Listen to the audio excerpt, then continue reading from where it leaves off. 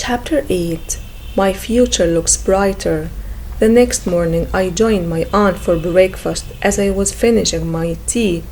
My aunt said, "I have written to him." I looked up at her in surprise. "To your stepfather," said my aunt. "I have told him that you are here and that I wish to speak to him about your future." "Will I have to go back to him?" I cried. "Oh, I don't know," she answered. "We shall see."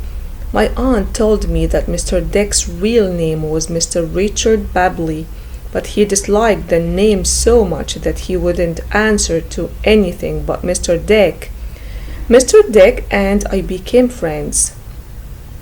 I learned that he was a distant cousin of my aunt's. I remember happy times with Mr. Dick as we often went out together to fly kites. Mr. and Miss Murdstone came to visit us. "You are Mr. Murdstone, who married the widow of my late nephew, David Copperfield of Blanderstone Rockery?" asked my aunt. "I am," replied Mr. Murdstone. My aunt told him that he should have left me alone and contacted her immediately on the death of my mother. Miss Murdstone agreed with her. Miss Murdstone went on to say that her brother should never have married my mother, and my aunt agreed with her. Mr. Murdstone and my aunt had a loud discussion about his treatment of me, and it was agreed that my aunt and Mr. Dick would become my guardians. My aunt and I grew very fond of each other, and she gave me the adopted name of Trotwood. As the weeks went by, she shortened it to Trot, so I began my new life with a new name. One evening my aunt said, "Trot, we must not forget your education. Would you like to go to school at Canterbury?" I told her that I would like it very much. "Good," said my aunt. "We shall go tomorrow." She called the Janet to pack my clothes and to hire the grey pony and carriage for the following day at 10 o'clock. Mr. Dick appeared unhappy at my leaving, but gave me a gift of 10 shillings and wished me well. "Is it a large school, aunt?" I asked as we climbed into the carriage. "Why, I don't know," said my aunt. "We are going to Mr. Wakefield's first." "Who is he? Does he run a school?" I asked. "No, Trot," said my aunt. "He's my lawyer." After a while we stopped in front of a very old house. A thin pony face appeared at a small window on the ground floor and quickly disappeared again. It belonged to a red-haired boy of about 15. I noticed he had no eyelashes and that his eyes were a red-brown color. He was dressed in a long black coat buttoned to his neck, and he had a long, limp, skeleton-like hand with which he kept rubbing his chin. "Is Mr. Wakefield at home, Uriah Heep?" asked my aunt. Yes, madam," said Uriah Heep, and ushered us inside. "Well," said Trotwood, "how nice it is to see you again," said Mr. Wakefield from behind the desk. He stood up and asked what had brought her to his office. "This is my nephew," said my aunt. "My grandnephew," she corrected herself, and then explained that she had adopted me. "I have brought him here to put him in a school where he will be well educated and looked after. Do you know of such a school?" A discussion took place about different schools, and then my aunt left with Mr. Wakefield to inspect one that he recommended. They left me in the office with Uriah Heep. On their return, my aunt said that the school was excellent, but that we needed to find somewhere for me to live. "I'll tell you what we can do, Miss Trotwood," said Mr. Wakefield. "Leave your nephew here with me. This is a quiet house with plenty of room. Leave him here. I will look after him." My aunt liked the offer, but didn't wish to impose on Mr. Wakefield. Mr. Wakefield understood this, saying, Come, it's a good solution to your problem. I will charge you for the room and food, if that will make you happy." My aunt said it would, and Mr. Wakefield invited us to meet his housekeeper. We went up an old staircase, and Mr. Wakefield knocked on a door. A young girl of about my own age came out and kissed the old man. This was his little housekeeper, his daughter Agnes. There was something about the girl, a quiet, good, calm spirit that I have always remembered. My aunt was happy with this arrangement. She hugged me and quickly left the room, shutting the door behind her. I was surprised at her sudden departure. I looked out of the window and saw how sadly she drove away, and realized that she was upset at leaving me with Mr. Wakefield. At 5 o'clock, I sat down to dinner with Mr. Wakefield and Agnes. After dinner, he sat while Agnes played the piano. The next morning, after breakfast, I began school life again. Mr. Wakefield took me to my new school and introduced me to my new master, Dr. Strong.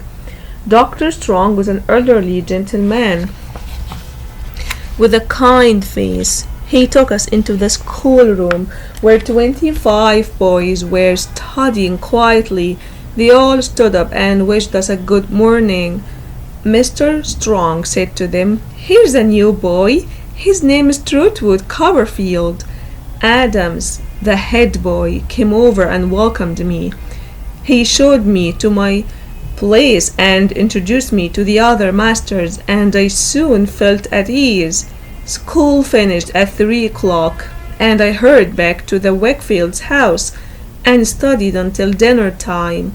I spoke with Agnes in the drawing room and asked her if she had ever been to school. She explained that she had been taught at home. Her mother had died when Agnes was just a baby, and since she was a little girl, she had taken over the duties of housekeeper for her father. After dinner that night, Mr. Wakefield asked me if I would like to stay with him and his daughter or go somewhere else.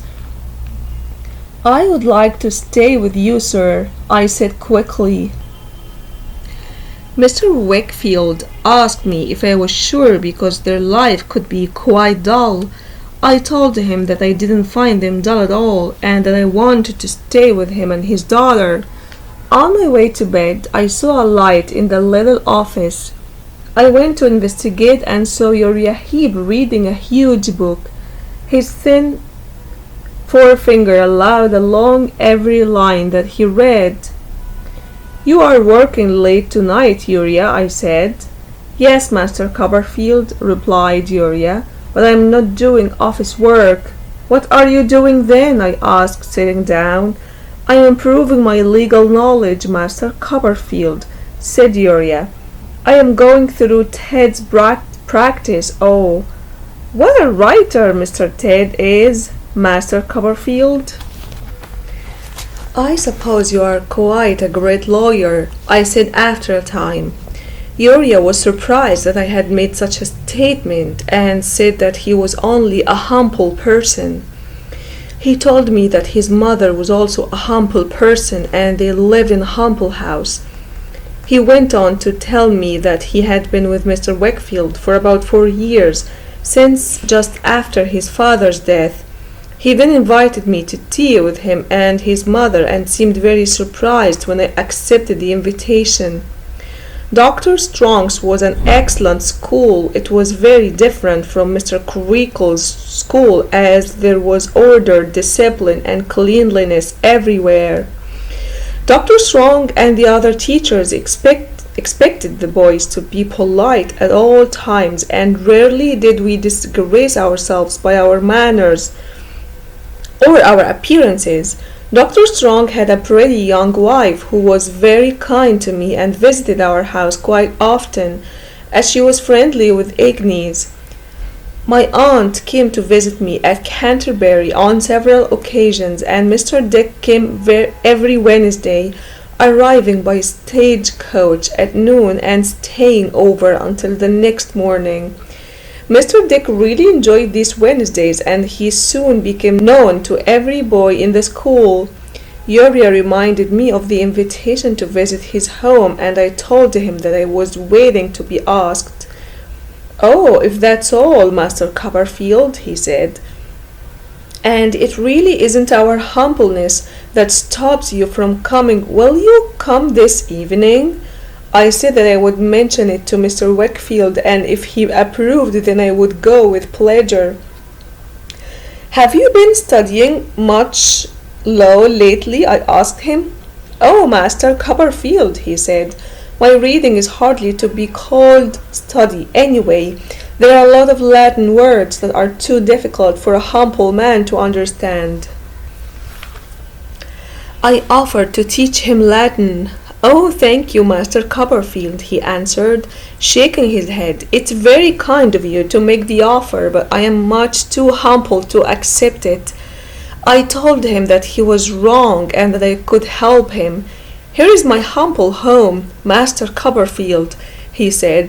We entered a low, old-fashioned room straight from the street. Mrs. Heep looked exactly like Uriah, only shorter. "This is a day to be remembered, Uriah," she said to her son. "Master Copperfield has been kind enough to pay us a visit. My Uriah has looked forward to this visit. He was worried that our humbleness would stop you. Humble we are, humble we have been, and humble we shall ever be." "I am sure you have no reason to be so, madam," I replied. I was embarrassed by these compliments. I ate well, and afterwards we talked about aunts. I told them about mine and about my father and mother. I was wanting the visit to be over when a figure walked along the street, passed the open door, came back, walked in, and shouted loudly, "Copperfield, is it possible?" It was Mr. Micawber. We shook hands, and I asked after Mrs. Micawber and the children. Mr. Micawber said that she was well and would be delighted to see me. I told him that I would be happy to see her too. I had no choice but to introduce Mr. Micawber to Uriah and his mother, after which I hustled Mr. Micawber out of the door. Mrs. Micawber was surprised to see me, and we greeted each other warmly.